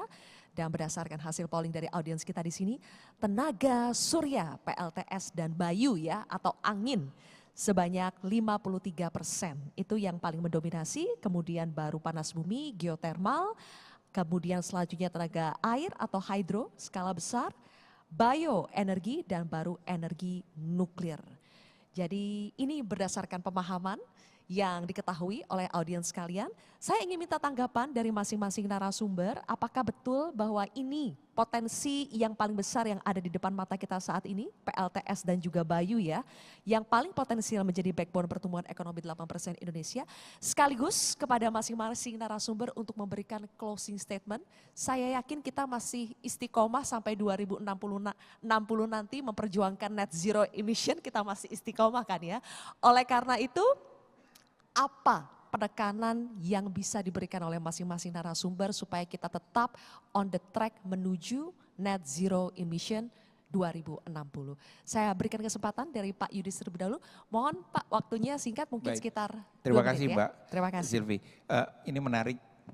Yang jelas kata kuncinya adalah bagaimana kita bisa menciptakan ekosistem hijau dulu. Kayak hari ini nggak ada tuntutan kan Metro TV mesti pakai listrik yang hijau bikin acara ini kan nggak ada kan. Ya, nah ekosistemnya harus sehingga apresiasi terhadap penyediaan energi hijau atau green energy itu ada tempatnya. Hari ini yang kalau kita lihat merefer ke statementnya Pak Menteri Keuangan, sebetulnya kalau energi hijau ini kita kasih ke industri yang punya orientasi ekspor, maka dia akan memiliki kemampuan daya saing yang lebih untuk di daerah tujuan ekspornya yang menerapkan masalah carbon tax dan lain-lain. Nah, bagaimana energi terbarukan kita ini atau green energy kita ini kita fokuskan untuk yang bisa memutar roda ekonomi yang paling kencang dulu, yang paling cepat dulu, supaya kembalinya itu jadi lebih besar dan keuntungan bagi negara karena kita mempunyai abundant sumber renewable energy itu juga menambah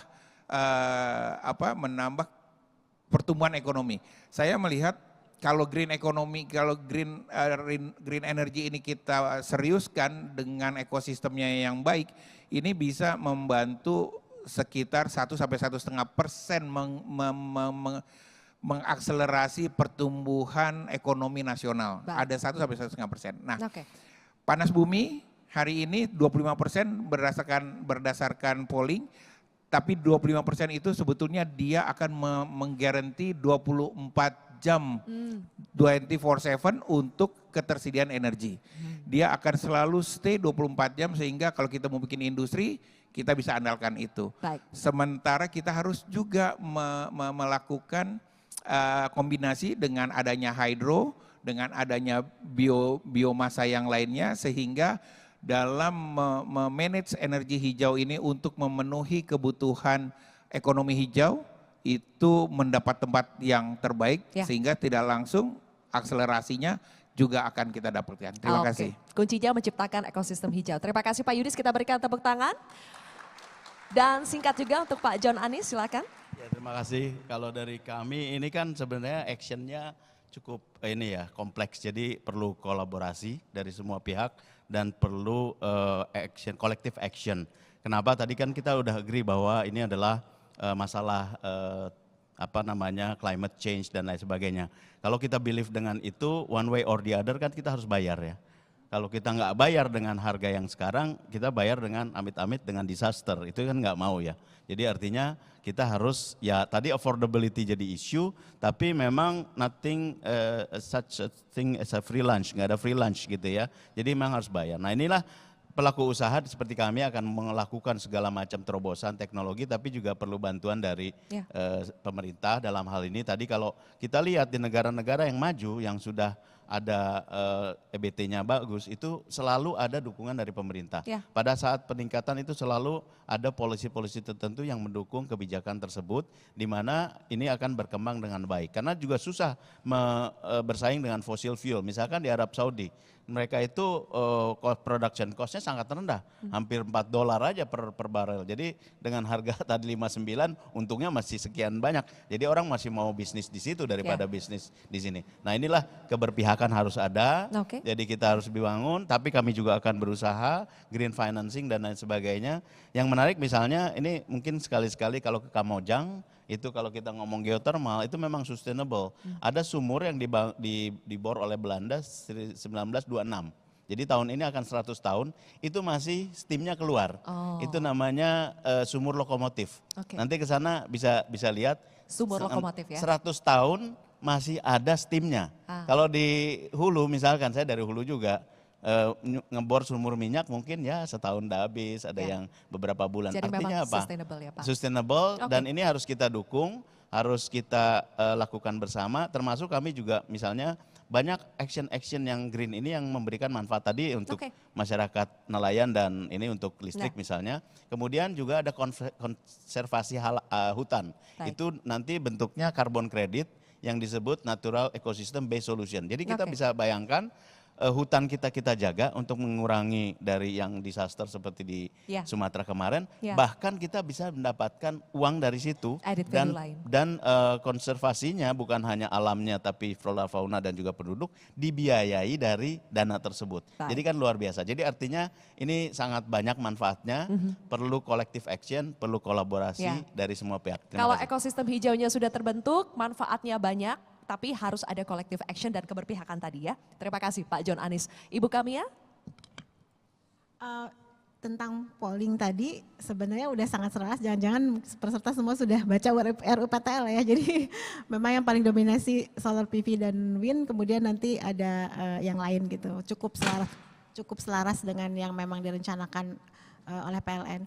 Kemudian mungkin kalau sebagai penutup, saya ingin menekankan tadi tentang aspek bahwa transisi energi ini dilaksanakan dengan tertib dan berkeadilan. Jadi ada aspek kalau ininya orderly and just transition. Jadi selain dia memang untuk sustainability, untuk bagaimana lebih bersih, tetapi juga pada proses pelaksanaannya dilaksanakan secara tertib, disiplin, mengikuti aturan dan tetap mempertahankan keandalan dan juga berkeadilan. Jadi tidak ada seseorang pun yang ketinggalan gitu ya dalam prosesnya. Terima kasih. Terima kasih.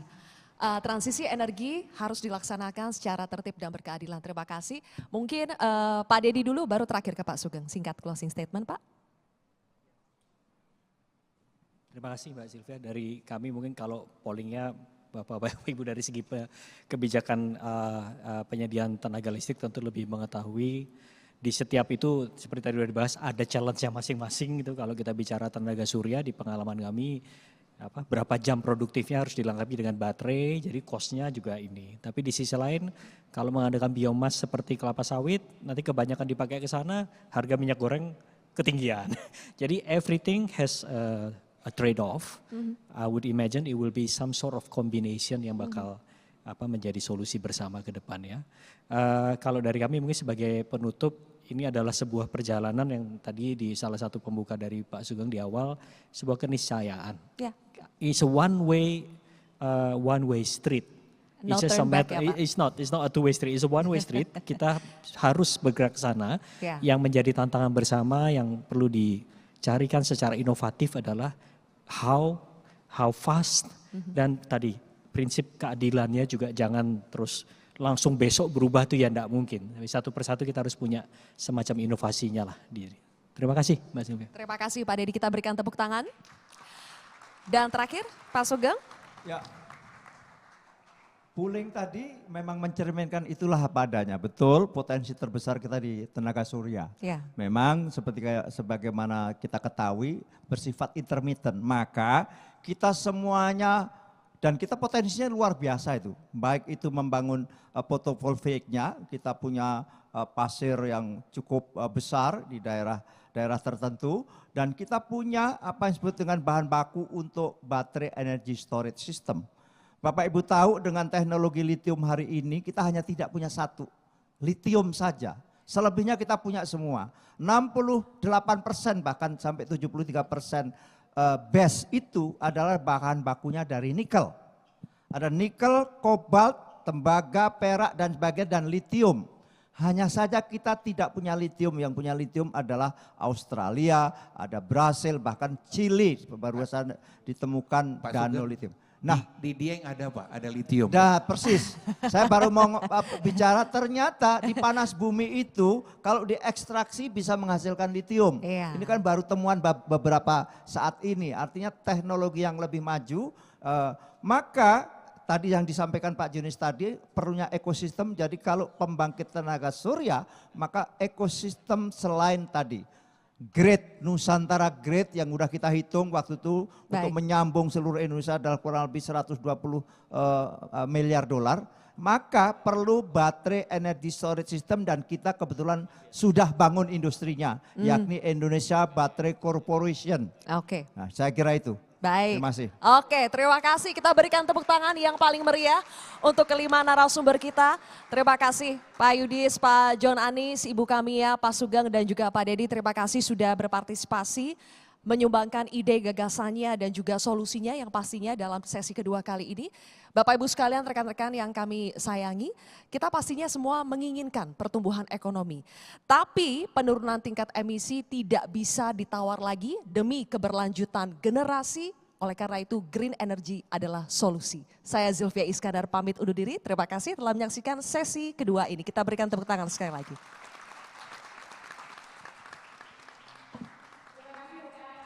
Iskandar dan juga para panelis yang sudah bergabung di diskusi kita Green Energy.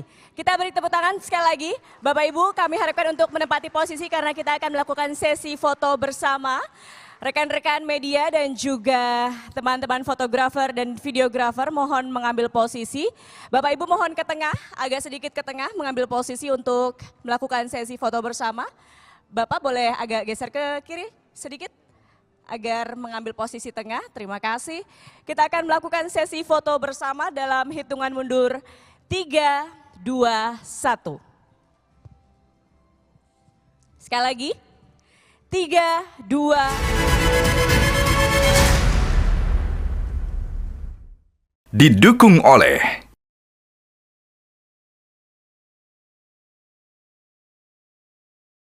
jelajahi cara baru mendapatkan informasi. Download Metro TV Extend sekarang.